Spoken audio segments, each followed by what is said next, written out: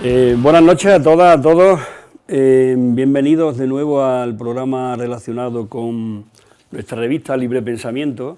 Acabamos de sacar un nuevo número, el número 93, que está dedicado al 50 aniversario de la Revolución de mayo de 1968.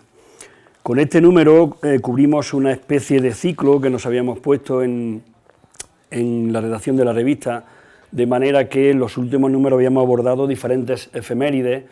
En concreto, el número anterior celebramos los 100 años de la Revolución Rusa, intentando darle una visión y un análisis crítico desde el punto de vista libertario de la misma.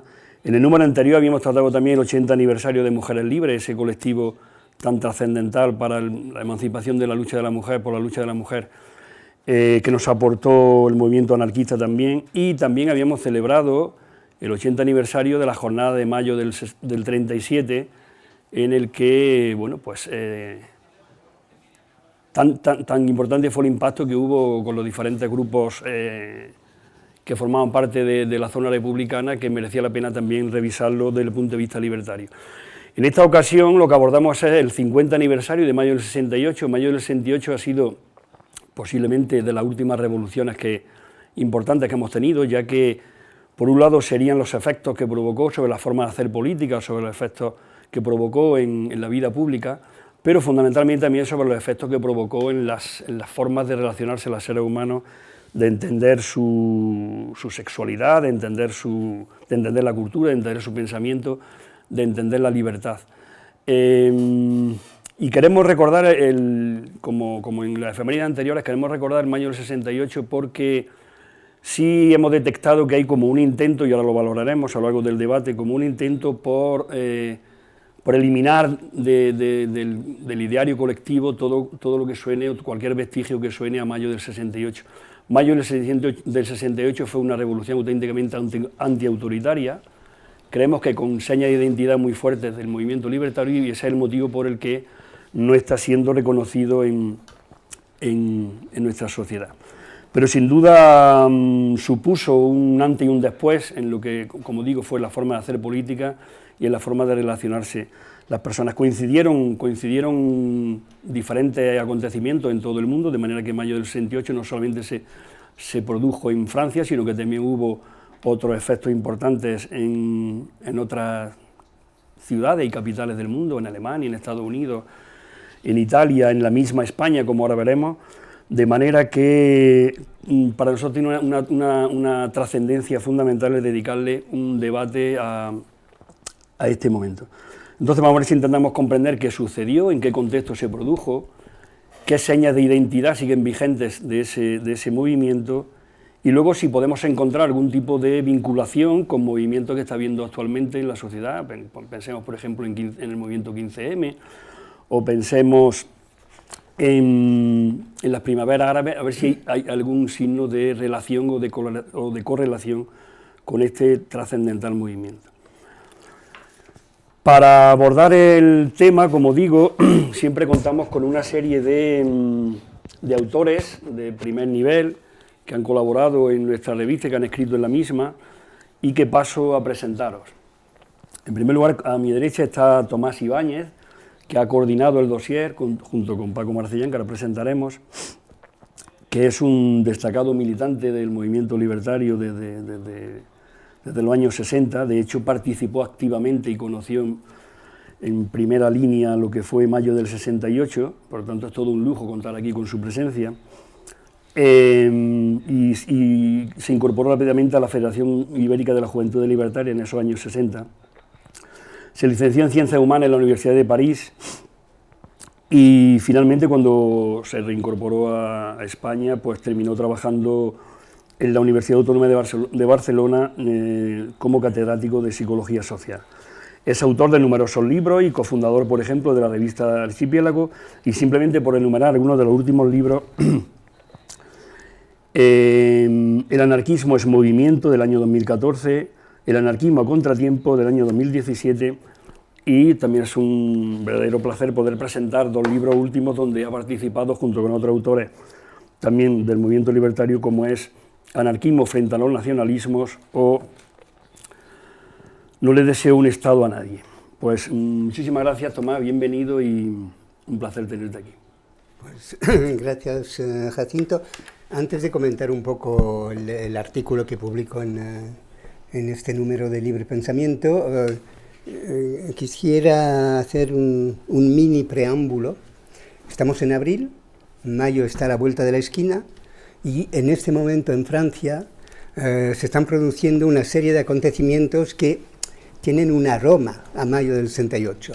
En este momento está el violentísimo enfrentamiento en relación con el aeropuerto de Notre-Dame-des-Landes, donde la policía está masacrando allí a la gente que estaba haciendo vida colectiva y trabajo colectivo en ese lugar, y hay un fuerte movimiento de solidaridad en relación a esto.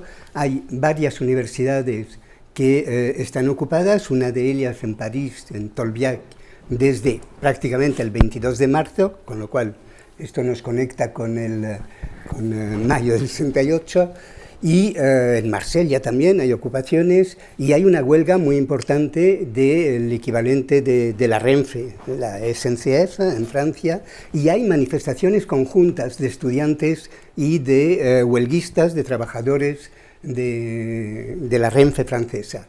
Con lo cual ya veremos lo que pasa, pero son noticias, digamos, que evocan un poco los antecedentes de mayo del 68. Permíteme tomar un momentito que termine de presentar el resto de compañeros y vale, yo creía que lo hacía secuencialmente.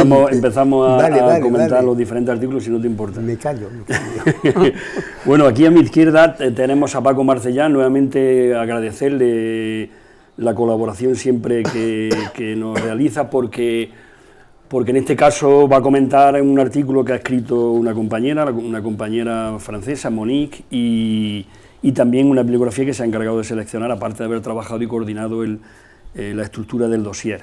Paco, como sabéis, es catedrático de Matemática Aplicada en la Universidad Carlos III de Madrid, ha trabajado en otras universidades, de Politécnica de Madrid o Santiago de Compostela, y desde siempre ha estado vinculado con el libre pensamiento y anteriormente con la CNT, con el movimiento libertario, finalmente con la CGT también a través del sindicato de enseñanza. Bueno, pues sus motivaciones son siempre lo del análisis político y aportarnos discurso, aportarnos ideas, compartiendo siempre los valores de la justicia social y los valores del propio pensamiento libertario. Pues muchísimas gracias, Paco, y bienvenido. A nuestra derecha se encuentra Joan Zambrana. Hola. Que también ha participado con un artículo en nuestra revista, es miembro del colectivo CEDAL, lo voy a decir en catalán, sí. Centre de Documentación Antiautoritària y Libertari. Molt bé, ho has dit. Fundado en el año 2000, ¿no? Y en él pues disponen de un importantísimo fondo documental de revistas de cabecera muy importantes para el movimiento anarquista español, como Solidaridad Obrera, Cataluña, Tierra y Libertad, Presencia y Frente Libertario, y en torno a ella ha ido haciendo trabajos de investigación para publicar los numerosos trabajos que ahora os comentaré. Es militante de la CNT desde el posfranquismo y luego pues militante de la CGT. Fuiste secretario general de la Federación Local de Barcelona en el año 2000 y estudiaste, licenciado en Historia Contemporánea por la Universidad de Barcelona. Como decía, ha trabajado en investigación sobre estos documentos y, por ejemplo, tenemos la Alternativa Libertaria Cataluña 1976-79, del año 99, o Inici d'un sindicalisme llibertari, de Joan Peiró a Badalona, en coordinación con Jordi Albadalejo, o el anarquismo organizado en los orígenes de la CNT, o el movimiento obrero catalán en Solidaridad Obrera, con estudios en la revista Tierra y Libertad y la revista Solidaridad Obrera. Pues muchísimas gracias, Joan, por haber participado y por prestarte a venir aquí al debate. Gracias a vosotros. Y finalmente, Gerard Imbert, que nos acompaña aquí a la izquierda, es compañero también de Paco Marcellán en la Universidad Carlos III, no tenemos ningún vínculo especial con Carlos III, catedrático de Comunicación Audiovisual de esta universidad desde 1996 y director del Máster en Investigación Aplicada a los Medios.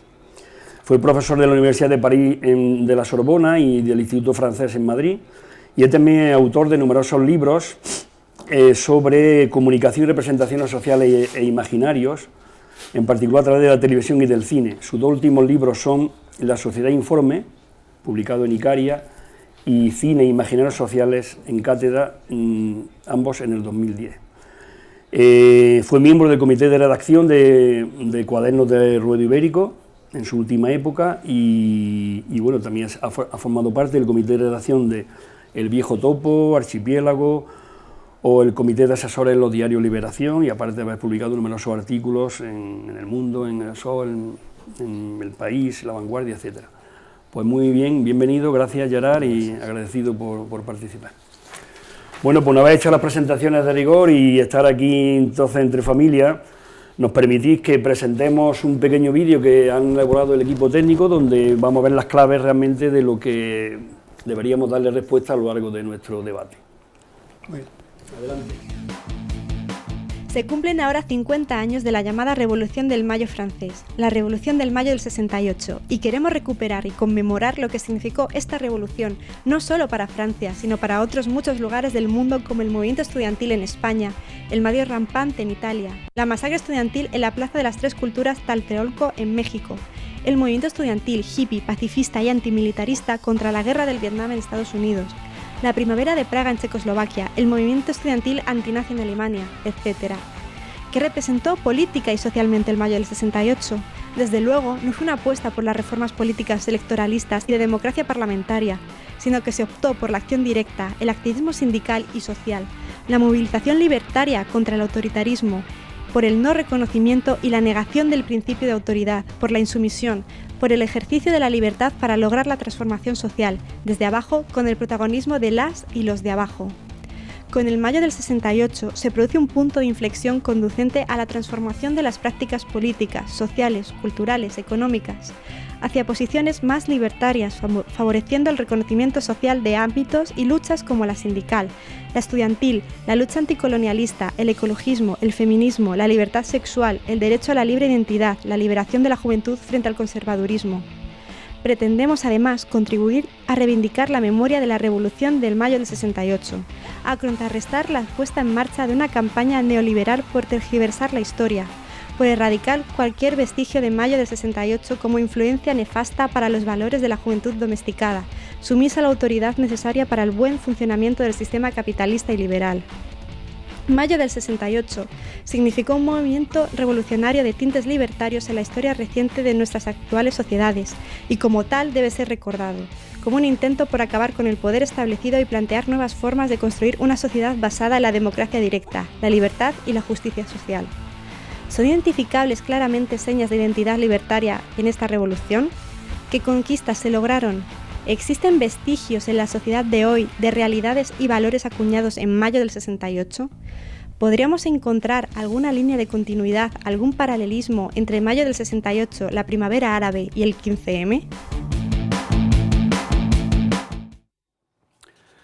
Bueno, muchas gracias compañeros y compañeras del equipo técnico, y pasamos, si os parece, al debate ya a fondo de los diferentes artículos.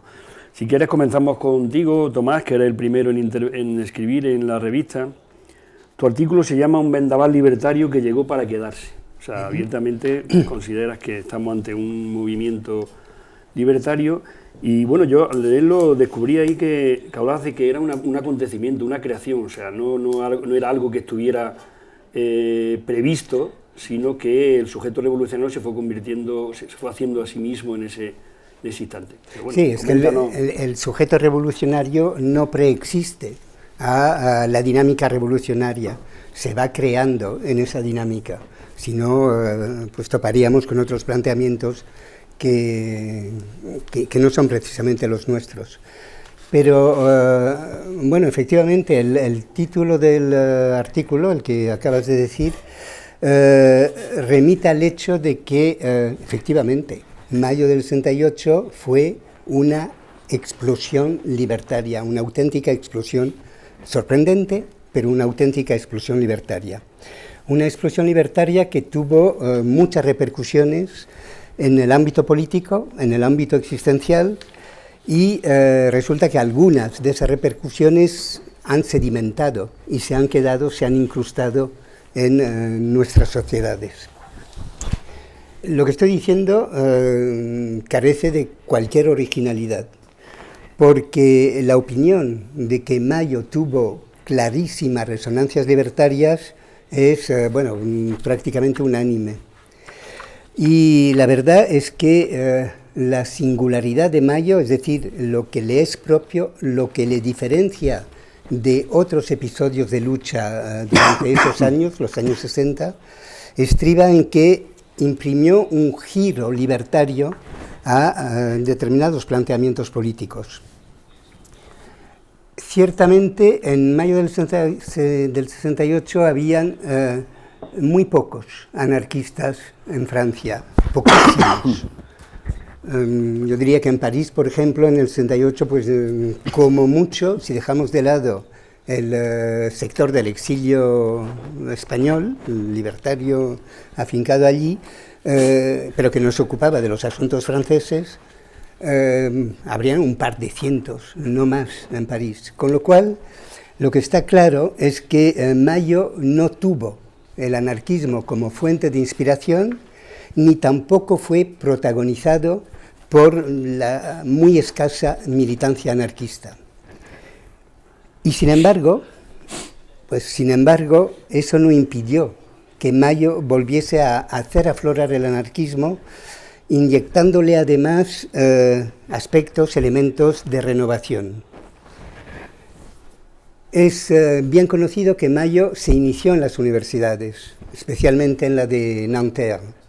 Sin embargo, fueron las ocupaciones de fábricas, la huelga general, las que le dieron continuidad más allá de las primeras semanas, de la primera semana de enfrentamientos prácticamente cotidianos y muy violentos con la policía.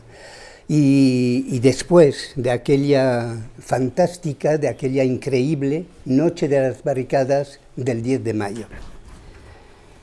Para que nos hagamos, son cosas que digo un poco en el artículo, para que nos hagamos una idea de cuál fue la fuerza con la cual el mundo del trabajo intervino en mayo del 68, basta con recordar que en torno al 20 de mayo se contabilizaban cerca de 10 millones de trabajadores en huelga en Francia y se contaban por decenas las fábricas ocupadas de manera indefinida.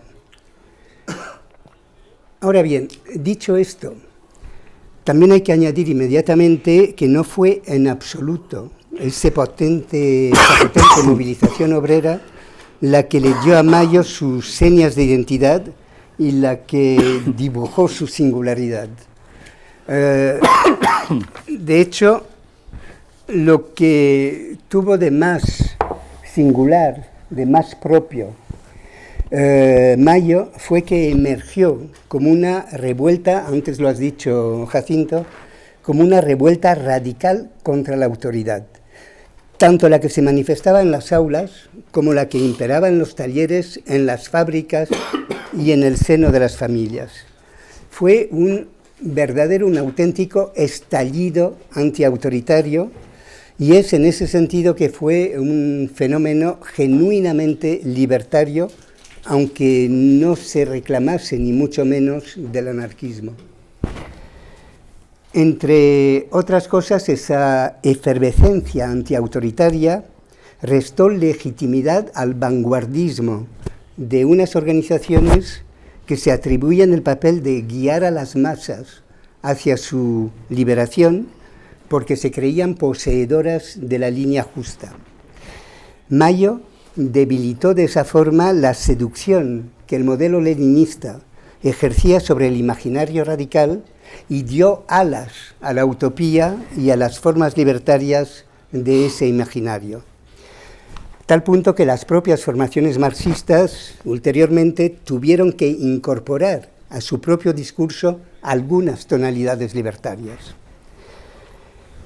Pero finalmente, si tuviese que resumir en dos palabras, solo dos palabras, ¿cuál fue la principal aportación de Mayo? Diría que fue simplemente la de haber acontecido. La de haber acontecido porque demostró de esa forma que acontecimientos de ese tipo no eran imposibles, aunque todo indicase lo contrario. Como escribió Jean-Paul Sartre en 1968, lo voy a citar literalmente, lo importante es que la acción tuvo lugar, aun cuando todo el mundo la consideraba impensable. Si ha tenido lugar esta vez, puede reproducirse. Por supuesto, reproducir no es repetir. Sería absurdo soñar con una repetición de mayo del 68. Este no puede acontecer nuevamente porque su repetición negaría su singularidad. No se puede repetir algo que se define precisamente como lo hizo Mayo, por haber escrito su propio guión sin tomarlo prestado de ninguna fuente externa.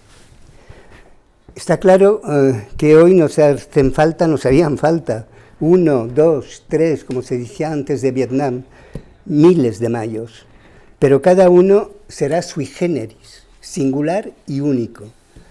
Y ya para concluir, solo me queda desear que algunos de ellos, de esos Mayos, no tarde demasiado tiempo en estallar, sea donde sea, aunque claro, mucho mejor si es por aquí cerquita. Bueno, muchas gracias, Tomás. Y pasamos entonces al siguiente artículo. Es cierto que la revista pretendemos, y así lo intentamos, que aparezcan firmas de autores y de autoras. Y en este sentido hay una escritora que participa en un artículo, Monique Rouillet-Boireau, pero bueno, le ha resultado imposible venir. Entonces le hemos pedido a Paco, que siempre se presta muy afablemente a que nos valore los contenidos de ese artículo. El artículo se llama El movimiento de liberación de las mujeres, una aventura libertaria, y ahí parece como que hubiera sido el mayo 68 un gran revulsivo dentro de la propia dinámica de lucha del movimiento feminista. Sí, bueno, hay en primer lugar una cuestión que me gustaría destacar. Recientemente la presentación de un libro, del cual Mayo del 68 es uno de los capítulos, el autor mencionaba que el mayo del 68 no tenía protagonismo de las mujeres en la fotografía. Es curioso que en este número de Libre Pensamiento el artículo de Monique vaya respaldado de fotografías en las cuales las protagonistas son las mujeres. Creo que es importante destacar que mayo es realmente un punto de eclosión del pensamiento feminista, sobre todo en Francia, y constituye, si queréis, la base para la renovación del feminismo en Francia a través del movimiento de liberación de la mujer. Monique habla de que el movimiento de las mujeres en mayo del 68 era la pieza que faltaba en el puzzle de la subversión. Era la consecuencia directa del cruce entre el sueño de la revolución y la liberación sexual. Creo que hay un elemento de salto adelante que representa el pasar de una reivindicación de igualdad de derechos que 50 años después, este 8 de marzo, se están reiterando. En 50 años no ha cambiado estructuralmente el problema de la mujer, a superar, repito, esa igualdad de derechos a la revolución. Y la revolución para las mujeres era la conquista de un espacio público. ¿Por qué? Porque hasta ese momento la mujer, su espacio público, era el hogar. Por otra parte, el movimiento feminista, el movimiento de las mujeres, se configura como un grupo social definido por una marginación de los asuntos políticos y una común explotación doméstica. Y sobre todo, creo que es importante que en mayo, dentro de las contradicciones que planteaba Tomás, pone en cuestión de los militantes hombres sus propias contradicciones en relación a las mujeres. A mí me ha encantado del artículo de Monique, una reivindicación: proletarios de todos los países, ¿quién lava vuestros calcetines? Me parece que responde muy bien al momento en el cual el macho varón era el revolucionario por excelencia y la mujer se limitaba a prepararle la comida y, si era posible, satisfacerle en la cama. Creo que el otro elemento distintivo es la toma de conciencia de cómo eran manipuladas desde dentro por un sistema de dominación patriarcal. Es decir, el patriarcado es analizado de manera sistemáticamente también a partir del mayo 68 y desde el punto de vista externo una clave acerca de que lo personal es político y que nosotras somos más que las sumas de Dios. Me parece que esa concepción de la salida del armario casero, pero por otra parte la contextualización colectiva es otra de las cuestiones que abre Mayo. Autonomía, unidad en la diversidad y el placer como vía revolucionaria. Yo pienso que son tres reivindicaciones que tienen auténtica actualidad en estos momentos. Las mujeres, a partir de Mayo, extienden la lucha contra las desigualdades básicas, que siguen existiendo en la actualidad. De ahí la modernidad, no lo añejo como algún pensamiento neoliberal señala. Salario, presencia política, división sexual del trabajo, rechazo a papeles asignados en el espacio doméstico y un concepto que era muy querido al movimiento libertario desde muy lejos, la libre disposición del propio cuerpo como expresión de autonomía. Eso no entraba en el discurso riguroso de, digamos, el pensamiento dominante, sobre todo marxista-leninista, en aquel momento. ¿Qué consecuencias tiene? Pues en primer lugar, una despenalización del aborto en Francia en el año 1974, que aquí en España costó lo suyo. Otro elemento que plantean es la lucha contra la prostitución en el contexto de la solidaridad de los trabajadores del sexo, otro debate importante que tenemos en nuestro país. Y sobre todo, la lucha contra la violencia de género, un elemento en el cual cómo combatir a través de la represión o de otra manera. Creo que la articulación de las cuestiones de sexo y de clase es otro elemento definitivo que se configura en mayo del 68. Y sobre todo el sentido más del movimiento de mujeres, yo le llamaría mujeres en movimiento, porque es lo que realmente define su característica. Y ese movimiento de mujeres o mujeres en movimiento pone en cuestión el patriarcado comprendido como pilar del capitalismo. No es un subproducto, sino un modo de producción del mismo. Estas son las reflexiones que plantea Monique y que concluye con dos ideas que me gustaría señalar. Entre 1975 y 1980, ese efluvio libertario en el ámbito de la mujer pierde la fuerza subversiva, en fuerza subversiva lo que gana en extensión. Y es un elemento que todo movimiento revolucionario se tiene que plantear.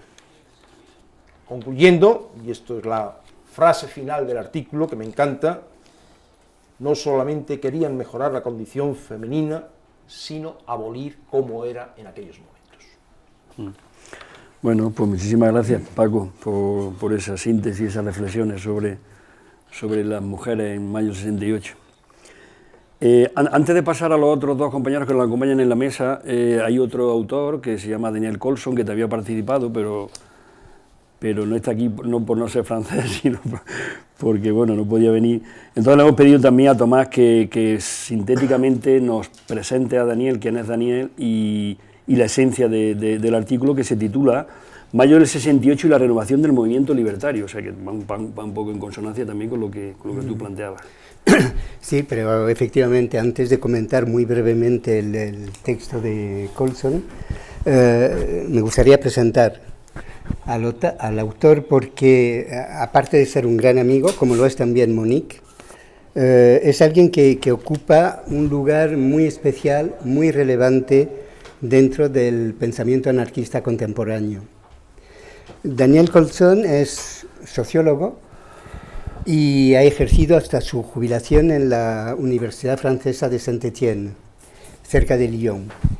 Como sociólogo ha estudiado la historia del movimiento obrero en aquella región, convirtiéndose en un profundo conocedor, y tiene varias publicaciones al respecto, profundo conocedor de la obra de Proudhon. Pero Colson es también filósofo, Y eso le ha llevado, por ejemplo, a adentrarse en la obra de Spinoza y también a elaborar un libro que ha tenido un éxito notable, no solo en Francia, bajo el título de Pequeño léxico filosófico del anarquismo, de Proudhon a Deleuze. Cosa extraña. Sociólogo a la vez que filósofo, Colson es también un militante libertario que proviene de la Hornada de mayo del 68 y que se ocupa actualmente, entre otras actividades militantes, de la librería libertaria La Griffe, que animan unos compañeros de Lyon. Y es además uno de los miembros de la, me voy a permitir decir, excelente, de la revista francesa Réfraction, de la que forma parte también Monique. Una de las preocupaciones intelectuales de Daniel consiste en establecer conexiones entre, por una parte, el pensamiento de los grandes ancestros del anarquismo, tales como Proudhon, Bakunin y otros, y por otra parte, los filósofos contemporáneos más cercanos al pensamiento libertario. Y es por eso que en su artículo destaca las conexiones que existen entre algunas de las formulaciones de Proudhon y de Bakunin y las de Deleuze y de Foucault. ¿Por qué interesarse por Deleuze o por Foucault? Pues, como nos lo explica Colson en este artículo, es que si uno de los efectos de Mayo fue el de conferir una nueva legitimidad al anarquismo, después de un larguísimo periodo donde incluso la propia palabra anarquía había sido sepultada y vaciada de todo contenido, otro de sus efectos fue el de hacer posible que pensadores como Foucault, como Deleuze, pudieran desarrollar sus ideas y proporcionar al pensamiento anarquista elementos renovadores. En efecto, el hecho de que el inesperado estallido de Mayo contradijese la aplicación acrítica de un determinismo estricto, abrió espacios para desarrollar la noción de discontinuidad en el ámbito sociohistórico y extenderla a otros terrenos, como lo hizo, por ejemplo, Foucault. Asimismo, el acento puesto por Mayo sobre la importancia de las luchas locales, múltiples, diversas, permitió a esos autores afirmar lo múltiple frente a lo uno y poner en jaque las grandes explicaciones macizas y unitarias que tanto privilegian el catolicismo, por una parte, y el marxismo, por otra. El haber hecho posible las aportaciones de esos pensadores también ha tenido repercusiones en el anarquismo, que no ha permanecido ajeno, para mí, no suficientemente próximo, pero de todas formas no ha permanecido ajeno a esa influencia. Y hoy somos bastantes los anarquistas que, junto con Daniel Colson, echamos mano de los filósofos contemporáneos para actualizar el pensamiento libertario. Y como en el anarquismo el pensamiento y las prácticas están indisolublemente ligadas entre sí, eso significa que también se está incidiendo sobre las prácticas del anarquismo. Yo creo, con Colson, que esos son algunos efectos nada despreciables del gran estallido político y social que fue en mayo del 68, renovar el pensamiento libertario y, por lo tanto, también sus prácticas. Me parece que Daniel lo explica muy bien en este artículo de Libre Pensamiento. Pues muchas gracias, Tomás, por ese esfuerzo de síntesis y pasamos entonces al siguiente compañero que participa, que es Joan Zambrana. Participa con un artículo que se llama Ecos de mayo del 68 en el resurgir libertario en España, porque hemos comentado que mayo del 68 fue una eclosión en muchas partes del mundo y España no fue ajeno a eso, máxime con la tradición libertaria que había, aunque estaba en pleno franquismo, pero bueno, entonces ahí habla de esa revitalización del movimiento libertario y que era ajeno al anarquismo tradicional o anarquismo histórico. Bueno, en principio utilizo un término que quizá no es muy original, pero que creo que en cierta manera nos da el cuajo de ese momento, ¿no? El concepto es el de repolitización libertaria. Quizá es un poco excesivo, pero hasta en aquel momento surge, diríamos, una nueva generación de jóvenes que no tienen en principio ninguna ligazón con el anarquismo histórico potente anterior. Lo cual, también digo claramente en el artículo, que no va en contra de ese anarquismo histórico, pero que surge, entre otras razones, por aquello que estamos hablando de los ecos de mayo del 68. Y el artículo como tal lo divido en dos partes diferenciadas. Por un lado, aquel que tiene que ver con lo genérico, es un fenómeno que apenas es conocido, pero que es importante, que es el movimiento de los sácratas de Madrid, concretamente, que se genera en el 67 y en el 68, es decir, antes que el famoso mayo del 68, y que en cierta manera recoge algunas aportaciones que en su momento hizo la Internacional Situacionista, pero otros autores conocidos, como puede ser Miquel Amorós, o como puede ser un militante de los sácratas en su resumen, que de un título muy conocido, se llama Pequeña historia de la llamada acracia. Eso es interesante porque en pleno franquismo, y de la manera como yo lo llamo, evidentemente no podía tener el eco que tuvo, por ejemplo, en un país como Francia, como Italia, en el cual, nos guste o no nos guste, mejor, es decir, tenían una capacidad de movimiento y de discurso y de ampliación del discurso que aquí, en el Estado español, en pleno franquismo y con toda su parafernalia autoritaria y represiva, era muy difícil. Es importante, yo creo, darle voz a este movimiento porque apenas ha sido percibido, diríamos, dentro de lo que es nuestra historia en el Estado español, y que creo que, más allá de que su duración fue relativamente corta, pero tuvo un pozo importante para esa repolitización libertaria de la que estamos hablando. Sin ir más lejos, uno de los más conocidos, aunque no fuera el único, Agustín García Calvo, era uno de los miembros más conocidos. Pero hay más, hay más, y por lo tanto creo que esa línea de investigación hay que seguirla porque está más allá de los ecos posteriores, que sería la segunda parte del artículo, es decir, aquel que ante la impresión y la potencia del eco de mayo del 68 en diversos lugares, coge de alguna manera fuerza e intenta generar, no de forma mimética, porque aquí estamos en otra ecología social y política distinta, pero sirve como un elemento de revitalizar, diríamos, lo libertario, que en aquellos momentos, nos guste o no nos guste, estaba bastante decaído, por decirlo. El anarquismo histórico no pasaba a sus mejores momentos a la hora de ligar con la realidad social y política en el Estado español. Estos grupos, que a veces no se le ha dado, creo yo, la suficiente importancia, creo que desde mayo del 68 ya empiezan algunos. Yo he historiado uno concretamente, se llama Acción Libertaria, que estaba en Barcelona, estaba a su vez también en Hospitalet, algo de Badalona. Después también hay otros grupos que funcionan por Gerona, concretamente, hay otros grupos de Valencia y hay otros que también funcionan por Madrid. Concretamente doy fe de unas actas y hago a partir de ahí una serie de reflexiones al respecto, ¿no?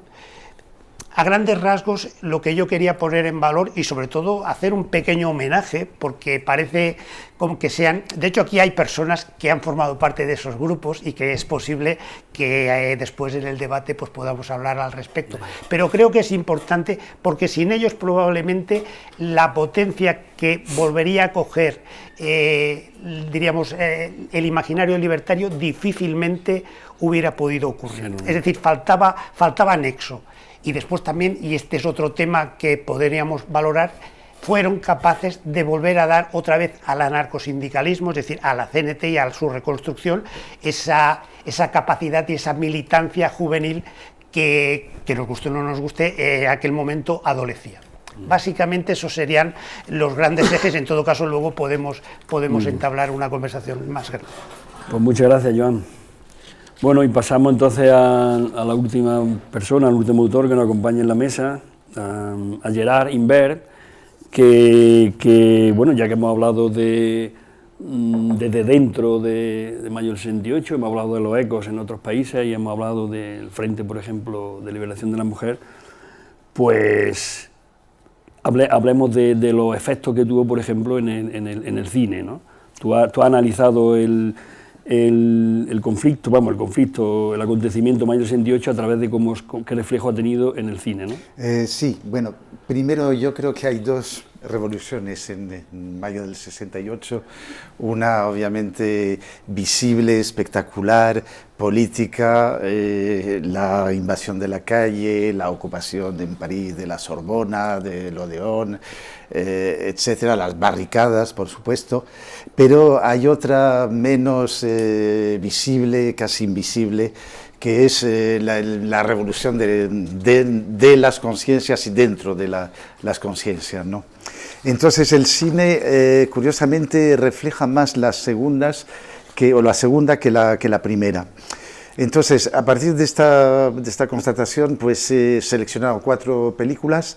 Una que de hecho prefigura el 68, que es la de Jean-Luc Godard, La Chinoise, que es del 67, donde se ve la movilización de un grupúsculo, como se decía entonces, de izquierdistas, en este caso maoísta. Entonces es muy espectacular la escenificación de la revolución. Allí se ve la importancia del verbo. Yo digo en el artículo que el verbo y el sexo fueron 2 vectores, ¿no?, de esta revolución. Con la distancia, pues, no sé, es casi inevitable verlo con una cierta sonrisa, porque eso son las derivas izquierdistas, izquierdosas, con esta fascinación que hubo por el maoísmo, no solo en París, y uno se pregunta si realmente Godard era consciente de lo que era esto, que es más una escenificación de la revolución en un piso de la burguesía en París, con una parafernalia de fotos de jóvenes guardias rojos, de la revolución cultural china, si no es más una escenificación que la propia revolución. Pero es muy interesante la visión, porque se ve pues el intenso debate que podía haber entonces.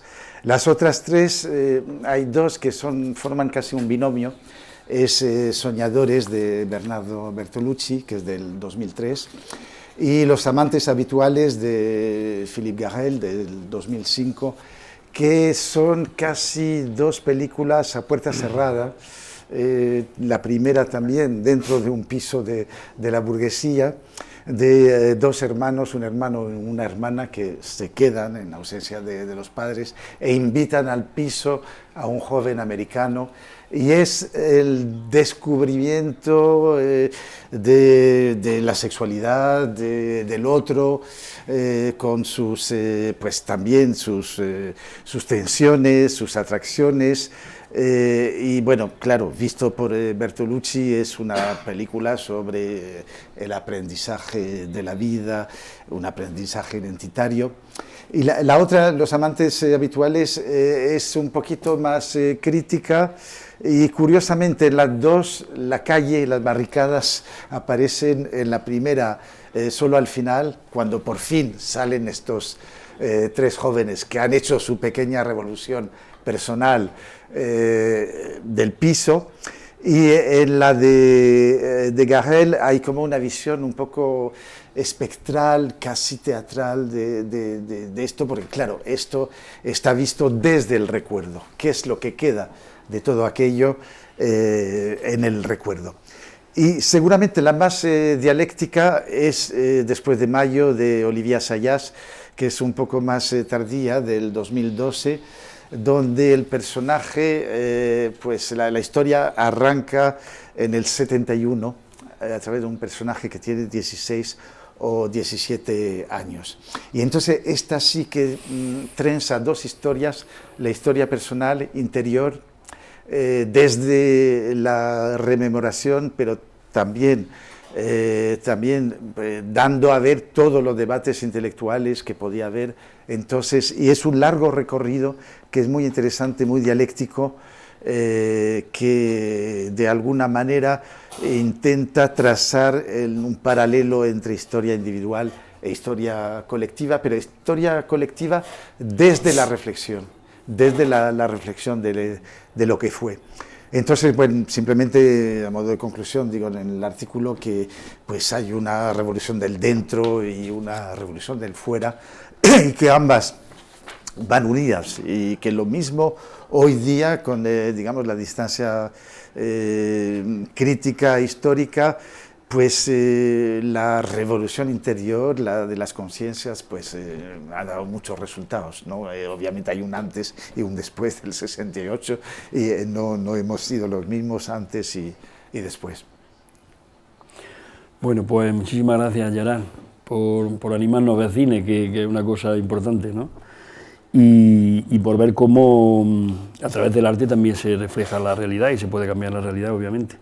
Bueno, y ya para finalizar en nuestra presentación del dossier, como eran tanta la información que había y tanto lo que se está publicando al respecto, también entre Tomás y Paco hiciste una pequeña revisión bibliográfica, de manera que, si te parece, presento rápidamente qué textos serían ahí los que se están publicando, o si no en este momento, sí en estos años. Bueno, con Tomás discutimos que la selección bibliográfica conjugara 3 puntos. Uno, lo inmediato, la reflexión a posteriori y finalmente la actualidad. Lo inmediato son las vivencias directas del 68 y ahí seleccionamos una serie de textos, 2 de ellos totalmente alineados con el artículo de Joan Zambrana, que son los artículos, o sea, los libros de Antonio Pérez y Miquel Amorós sobre la Lacracia en España, ese movimiento básicamente estudiantil, pero yo insistiría también, en muchas ciudades había una confluencia de sectores estudiantiles con sectores de trabajadores que rechazaban el autoritarismo dentro de los sindicatos formales, vamos a llamarles, aunque estuvieran en la clandestinidad, como podía ser Comisiones Obreras. Y creo que hay otro elemento importante, es cómo se reflexiona desde París, la imagen que da París en el mayo del 68, y ahí aportamos el texto clásico de Dany Cohn-Bendit, El Gran Bazar, escrito en el año 1976, una recopilación de trabajos de Castoriadis y Claude Lefort, de 1968, y un testimonio encantador de Emma Cohen, del año 2010. Emma Cohen, no sé si tenía mi edad, pero yo también estuve en Francia, no en mayo del 68, sino en abril del 68. Y fue realmente una experiencia tremenda estar en un instituto de secundaria en una ciudad que se llamaba Bagnères de Bigorre, en la parte del Pirineo francés, los Pirineos centrales, y a un chaval de un instituto español meterse en ese ambiente era tremendo. Yo me imagino a Emma Cohen, perteneciente a una familia de la burguesía catalana, la iluminación, el impacto que tuvo su estancia en París, y en 2010 publicó un libro que fundamentalmente menciona a Tomás. Vivencias directas del 68, yo consideraba que era también importante incorporar un comentario sobre un libro de Carlos Fuentes, publicado en 2005, en el cual es el recorrido por 3 puntos de la geografía mundial, en los cuales el espíritu de Mayo, no solamente parisino, repercute, como es en México, del cual antes se ha comentado, pero también la ruptura de manera violenta de ese socialismo de rostro humano que se estaba instalando en Checoslovaquia. Yo no sé si los socialistas checoslovacos aprendieron algo de París, pero yo creo que mucho parisino aprendió del carácter autoritario, dictatorial y represor de lo que entonces se llamaba el socialismo real. Por otra parte, hay unas visiones a posteriori que tienen también un aspecto conmemorativo, como son el monográfico en Archipiélago, en el año 2008, se conmemoraban 40 años, pero también un trabajo de recopilación de Fernández Sabater, de Amador, sobre aspectos relacionados con la cultura de mayo del 68. Yo pienso que el comentario que ha planteado anteriormente Gerard es importante. Hay que ver cómo las estructuras culturales se ven afectados por el gran susto que significa mayo del 68. Y señalaría también los que Tomás comenta son las mejores aportaciones de mayo del 68, los libros de Bayrac y Ross, que son realmente libros publicados posteriormente, pero que han sido reeditados dentro de esa contribución general a la valoración. Y no dejaría de olvidar, son 12 libros. ¿Por qué son 12 libros? Pues podríamos haber puesto 13 o 11, pero 12 tiene la ventaja matemática de que es 3 por 4. Y entonces, bueno, pues por lo menos tenemos una buena descomposición que nos dice que 3 por 4 es una buena elección. 13 no tendría ninguna justificación matemática. Y está incorporado un libro que yo recomiendo a todos los espectadores, El esplendor en la noche, en el cual colaboran Tomás, pero también otras personas que vivieron mayo del 68 desde la perspectiva libertaria, cuando ser libertario, por lo menos en algunos países, era muy costoso. Iba desde el analfabetismo cultural que nos asignaban los sectores del pensamiento correcto, hasta la imposibilidad de encontrar referentes, porque los referentes eran escasos. Y en todo caso eran referentes que estaban ya relativamente trasnochados. Creo que los 12 libros representan un buen complemento a ver cine, porque leer es importante. Pues perfecto, muchas gracias. Antes de iniciar el coloquio o el debate que ahora podemos mantener, o bien sobre preguntas que yo puedo comentar o presentar, o bien aspectos que queráis comentar de lo que aquí ya se ha dicho, en 20 minutos vemos un pequeño spot del pueblecito que tenemos cedido, que se llama Ruesta, y al que os animamos a que visitéis en el Pirineo aragonés.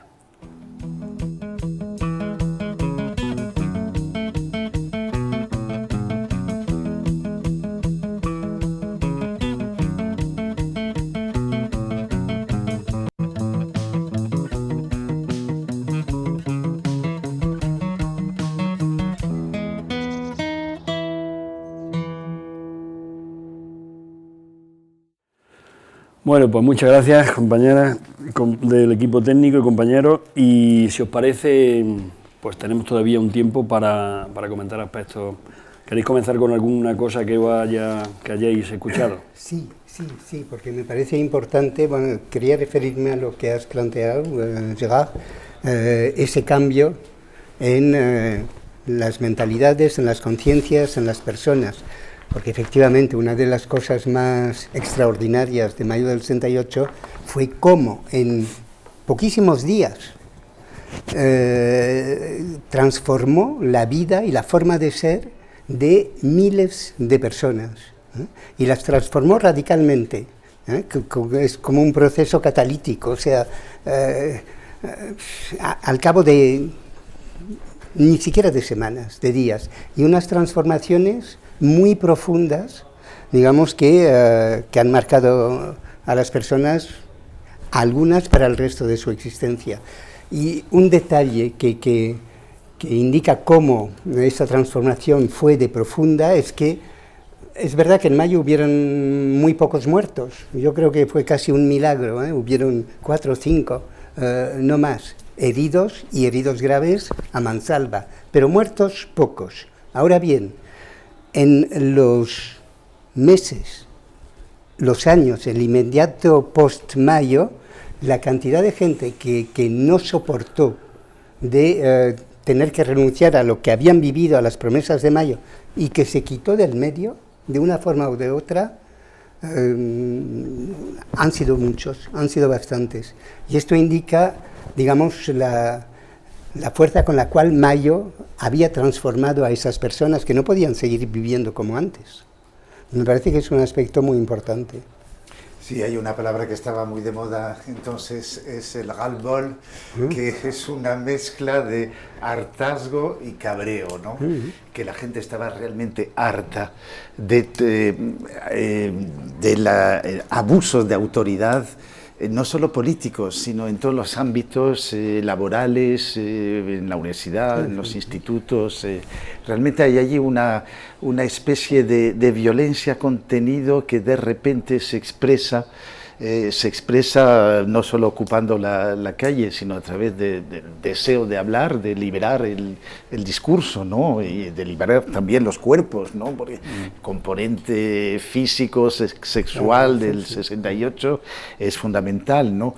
Pero sobre todo este rechazo de la autoridad no justificada o del abuso de autoridad.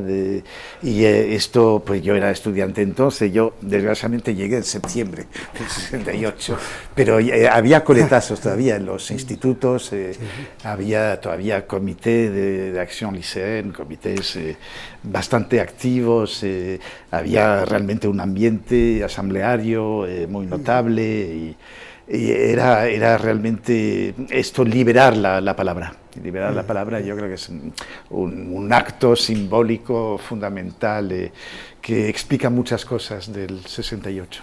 Yo añadiría también otro elemento que me parece que es importante, ¿no? La forma de encuadrarse políticamente. Yo pienso que surge ese concepto querido al anarquismo, que es la afinidad. La gente acude a la acción a partir de la afinidad, no por orden y no encuadrados. Eso es una idea que a mí por lo menos me marca bastante cuando leo textos posteriores. El primer año de universidad leí un texto que me impresionó mucho de Alejandro Nieto, una persona que no tiene nada de anarquista, es un catedrático de Derecho. El libro me impresionó mucho, que se llamaba La ideología revolucionaria de los estudiantes europeos. Es la época en la cual los estudiantes, siguiendo un poquitito la traducción Marcuse, que era, digamos, un heterodoxo dentro del pensamiento reglado, ¿no?, dan un protagonismo a aquellos sectores que no eran los grandes protagonistas de la historia. Es decir, se rompe ese paradigma de que el protagonismo de la historia son primero los proletarios, posteriormente con las luchas anticolonialistas son precisamente los oprimidos en las colonias, pero aquí aparece un nuevo protagonista que hasta ahora había tenido muy poco protagonista en la historia, los estudiantes. Y esto es una cosa común a Mayo, a Estados Unidos, a México, a Italia, a Alemania, a los probos España, en Holanda y luego en España. En una época en que los que íbamos a las universidades éramos gentes de posibles, si se le puede llamar, o personas que estudiábamos con beca. Entonces, es el despertar de nuevos protagonistas. Protagonistas que fundamentalmente, yo retomaría la situación actual, son dignados. Están hartos de un lenguaje de madera, si se le puede llamar, en el cual tú estás estudiando para un determinado fin. Y tú descubres que en la afinidad del grupo, de la gente con la que estás, en tu entorno, puedes construir un mundo nuevo. Yo recuerdo que entonces descubrimos la frase de Durruti, llevamos un mundo nuevo en nuestros corazones. Yo creo que en aquella época lo queríamos construir. Otra cosa es lo que ha salido después. Quiero decir, en el contexto que estamos, parece como que fuera inevitable, ¿no?, que surgiera en mayo del 68, pero nadie posiblemente se lo esperara, ¿no? O sea, lo mismo que, por ejemplo, aquí surgió el 15M, ¿no? Nadie lo esperaba tampoco. Eso digo, y nadie lo esperaba. Entonces, Mayo evidentemente no era previsible. Lo más peliagudo de las predicciones es cuando conciernen el futuro, ¿no? Porque si no son muy fáciles, esto lo sabemos. Hay quien dice que sí, que Mayo era el sector situacionista, por ejemplo, que lo anunciaban. Pero no, fue un acontecimiento totalmente imprevisible, lo cual no quiere decir que no hubieran una serie de causas que lo propiciaron, pero que aconteciera, digamos, es que como aconteció, por definición no era previsible. O sea, porque lo propio de los acontecimientos es eso, es que no están precontenidos en lugar alguno, si es un acontecimiento. Mayo no era previsible, Otra cosa es que, efectivamente, esos años fueron unos años, final de los 60, de luchas a nivel internacional impresionantes, y había un elemento federador internacionalmente, informalmente federador, que era la guerra de Vietnam, porque los estallidos en Estados Unidos, en Alemania, en Inglaterra, en Italia, en Francia, o sea, la lucha contra la agresión, digamos, a Vietnam estaba en todos los países, y luchas muy violentas de los trabajadores en Francia en el 67 fueron tremendas, pero eso no anunciaba Mayo del 68, y de hecho, bueno, Mayo del 68 no ocurrió en ningún otro lugar, lugares donde habían enfrentamientos violentos mucho más fuertes que en Francia. No ocurrió en Alemania, no ocurrió en Italia, no ocurrió. Allí se produjo. ¿Por qué? Una serie de casualidades también. Que el aspecto de la suma de pequeñas cosas, ¿no? Ínfimas, que al final cuajan en algo que es inesperado, bueno, es una constante en la historia también. Luego hay algo que lo prefigura, pero no es tan visible, que es el desfase total entre el país real, el país, vamos a decir, social, pero social en el ámbito, en el sentido más amplio, y el país político, político-moral. Había un desfase enorme. De Gaulle era una especie de residuo de, no sé, casi decimonónico, por el muy gran estadista que fuera.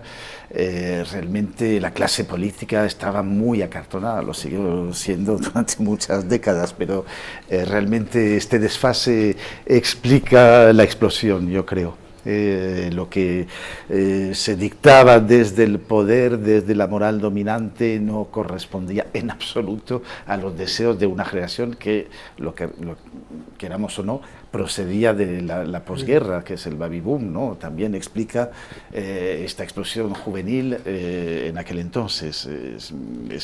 Hay una necesidad de renovación no solo generacional, sino también social, moral y obviamente política.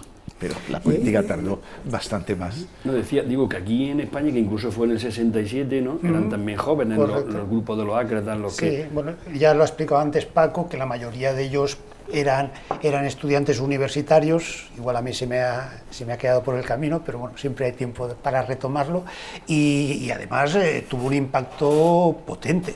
Tuvo un impacto potente hasta el punto de que las universidades durante varios meses fueron clausuradas, hubieron detenciones y hubieron gente que se tuvo que exiliar. El famoso Agustín García Calvo, pero también Antonio Pérez se tuvo, y otra serie de gente, o a otro que no hemos nombrado, Jaime Pozas, sin ir más lejos, que también estuvo en prisión.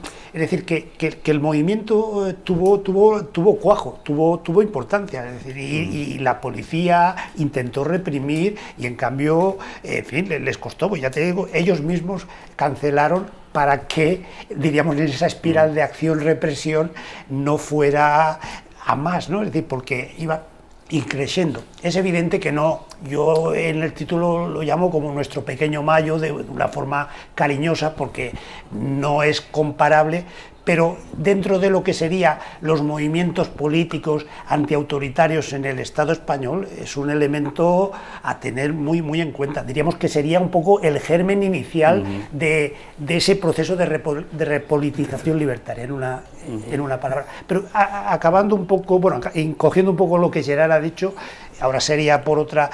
Yo creo que Mayo del 68, diríamos, arrastra toda una corriente que en general podríamos decir que hay un cambio de cultura y de paradigma, y sobre todo eso se nota y se palpa más en la juventud. Antes, esa reflexión sobre la juventud yo creo que es importante, porque incluso había teóricos que hablaban de la juventud como el nuevo sujeto revolucionario.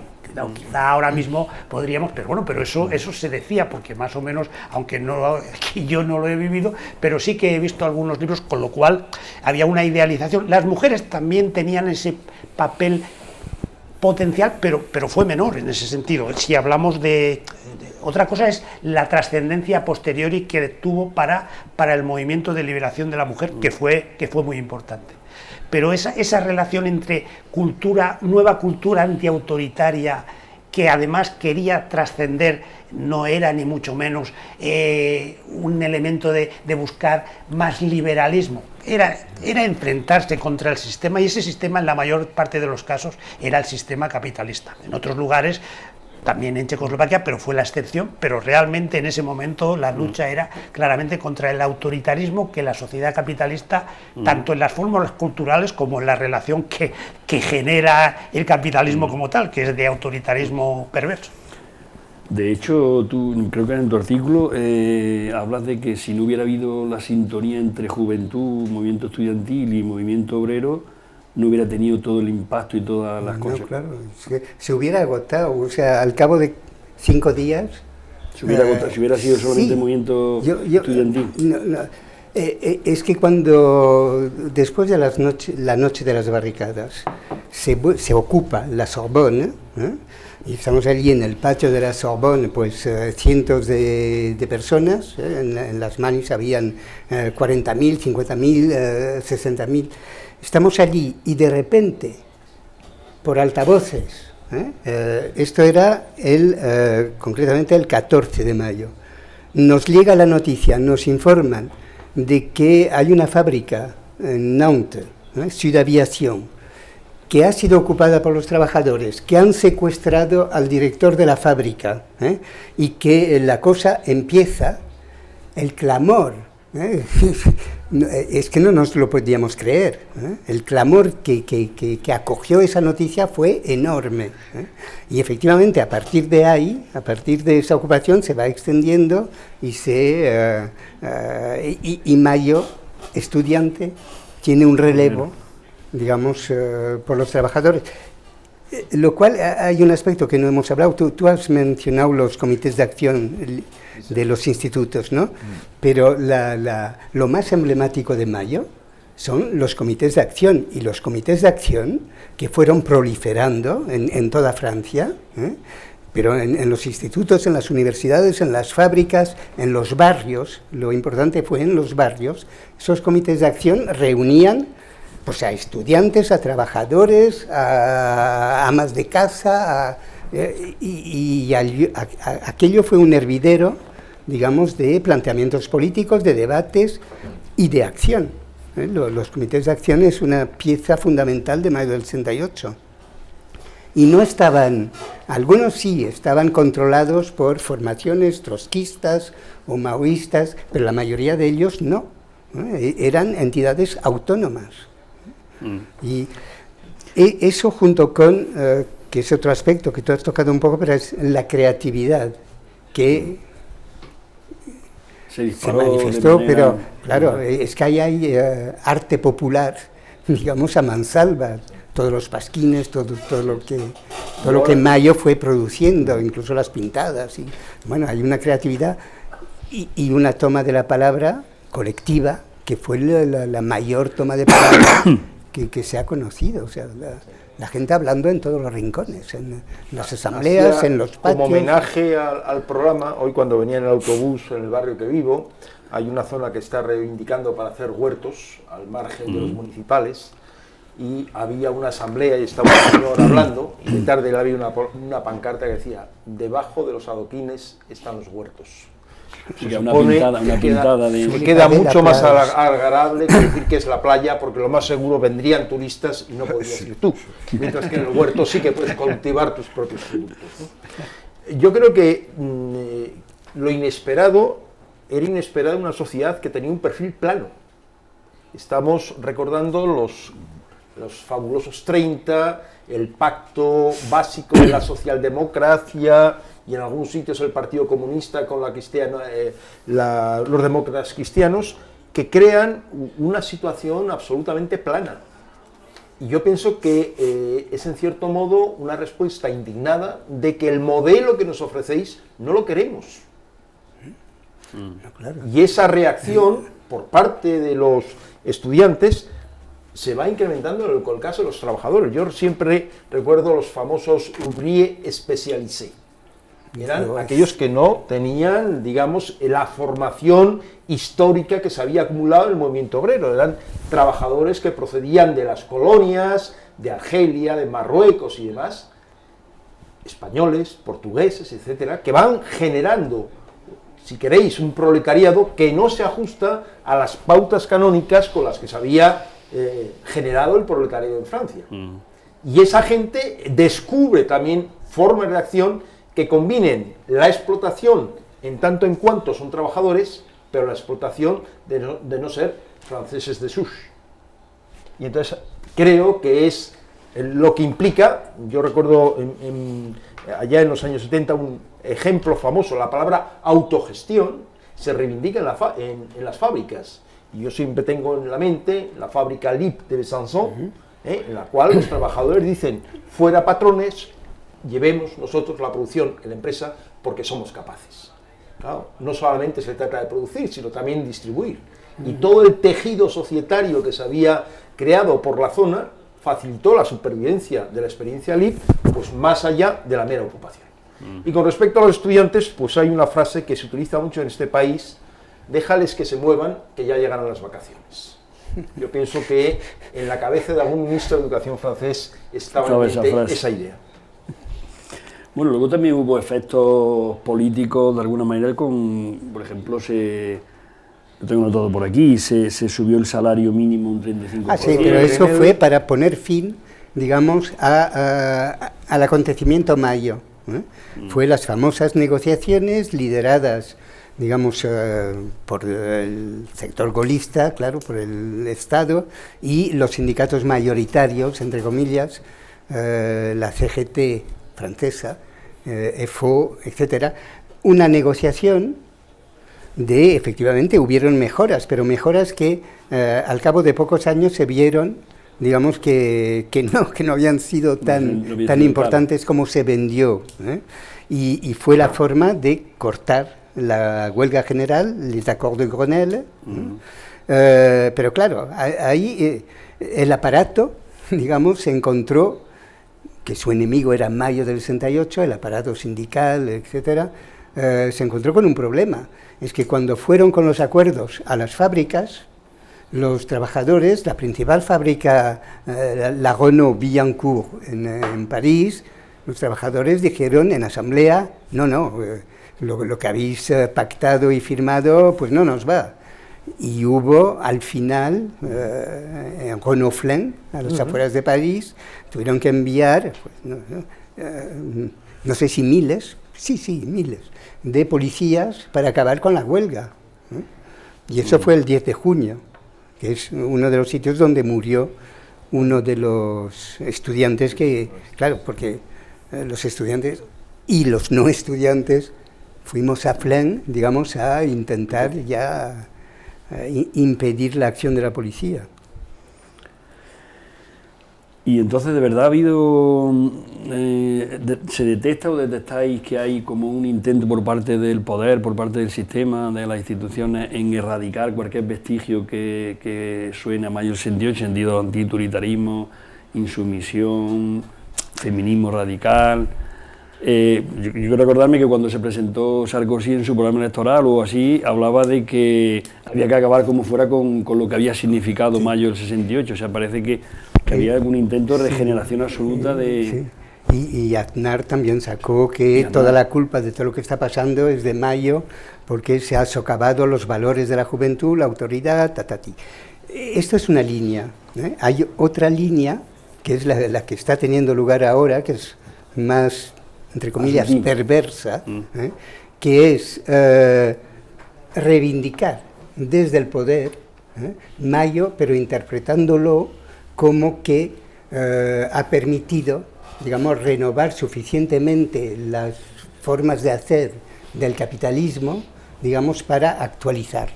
Entonces, alguien como Macron en Francia está diciendo, no, pero los herederos de Mayo somos nosotros, o sea, reivindicamos Mayo y nosotros estamos haciendo en la política lo que hizo Mayo en su momento, que es una nueva política, que nada tiene que ver con las pautas tradicionales de la política.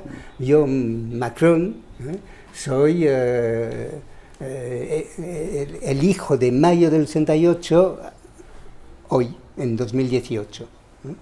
Y el neoliberalismo que represento, digamos, es lo que reivindico de Mayo. Esa es otra forma de decir cómo vamos a liquidar a Mayo, pues integrándolo, digamos, pero desde ese punto de vista.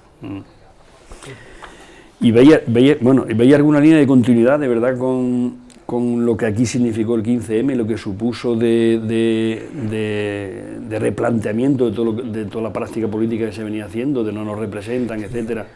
Y cómo bueno, eso luego recogió bien lo que para mí era importante en el mayo del 68, que era pues acción directa, ocupación de las calles, etcétera, y cómo luego en pocos años eso se ha reconducido, desde mi punto de vista se ha domesticado, se ha vuelto a meter en el Parlamento toda esa indignación, ¿no?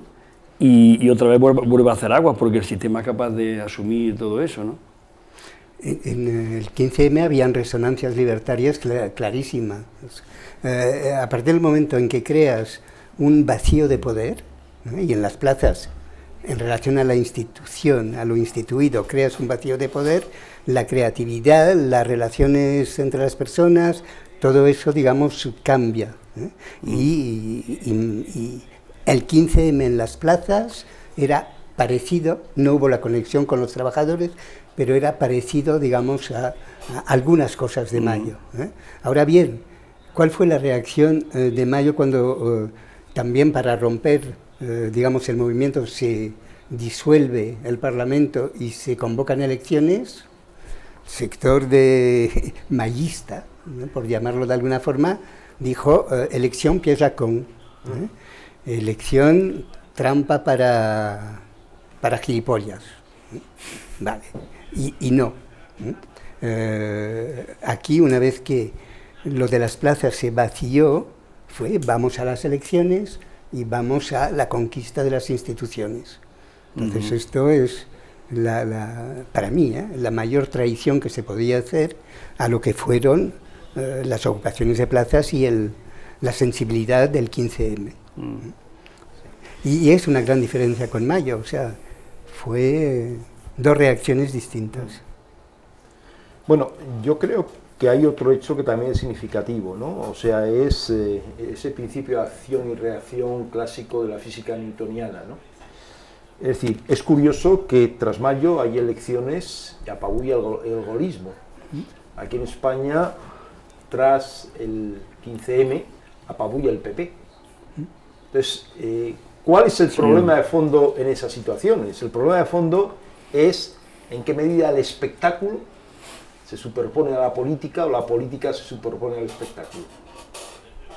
Y creo que hay un tema relativamente importante porque ocasiona dos fenómenos. Uno, ganan los de siempre, luego por tanto retirémonos a nuestros cuarteles. La pregunta es, ¿hacer qué? ¿No hemos aprendido nada de Mayo del 15M? Creo que ahí hay un problema importante porque es no el asalto a los cielos, sino que las nubes te impiden ver el bosque. Y creo que en esos momentos las nubes están jugando un papel muy importante en lo que tradicionalmente se llama la izquierda española. Bueno, yo añadiría que incluso la izquierda en general, ¿no? Es decir, un poco, pues, hay algún elemento, bueno, y quizá haciendo un análisis de lo político hoy en la actualidad, es que la izquierda ha perdido buena parte, ya hablo de la izquierda en general, los libertarios probablemente no, pero la izquierda como tal, esa potencia de intentar por lo menos ser un poco fuerte en contra del capitalismo, es que eso apenas se percibe, incluso a aquellos que, como bien comenta Tomás, es una rama del 15M, o ellos como puede ser Podemos, sin ir más lejos, que en cierta manera pues intentan buscar algunos cambios, pero que forman más, su discurso se sitúa más dentro de lo que sería el marketing político y le falta aquello que se le diría contenido, ¿no? Fuerza, potencia. No es que yo quiera reivindicar ahora que ese tipo pero se nota faltar, hay ausencia de discurso por parte de la izquierda en general, y ahora hablo en términos muy globales. No, bueno, yo creo que sacando elementos del artículo de Monique, la frase histórica marxista de no hay que interpretar el mundo, hay que transformarlo, yo creo que la fase actual tendría que ser clarísimamente: no solo hay que cambiar el entorno, sino cambiar tu propia vida. Es decir, el golpe que pega Mayo en las vidas de las personas, que van desde personas que acaban dirigiendo Liberación a personas que son empresarios, gente variopinta, que es una especie de autoflagelación que se está haciendo dentro del discurso que comentaba antes Tomás, de gente que vivió la experiencia antifranquista en la Universidad Española y demás. Dicen, ¿qué fue de todo aquello? Pues mira los convertidos en catedráticos, empresarios. Bueno, yo lo que le dije al que hablaba, no me toques los huevos, porque hay de todo. Claro. Y entonces lo que ha ocurrido es que, desgraciadamente, la capacidad de integración del sistema ha cambiado tu vida, y no has planteado que tu vida es indisociable de cambiar el sistema. Sí, yo creo que eso es un poco lo que en el cine se ve, ¿no? En esas películas, de que realmente los cambios primero tienen que ser individuales y el cambio de mentalidad se tiene que producir para que seas capaz de integrarte y de asumir ese cambio colectivo que se está ahí produciendo, ¿no? Sí, es que curioso, en estas tres películas, no la de Godard, el eje narrativo es una historia de amor, amores perdidos, amores imposibles, como si, y más allá del amor, la relación con el otro, ¿no? Pero es como si fuera un poco estos amores perdidos una metáfora de la revolución fallida.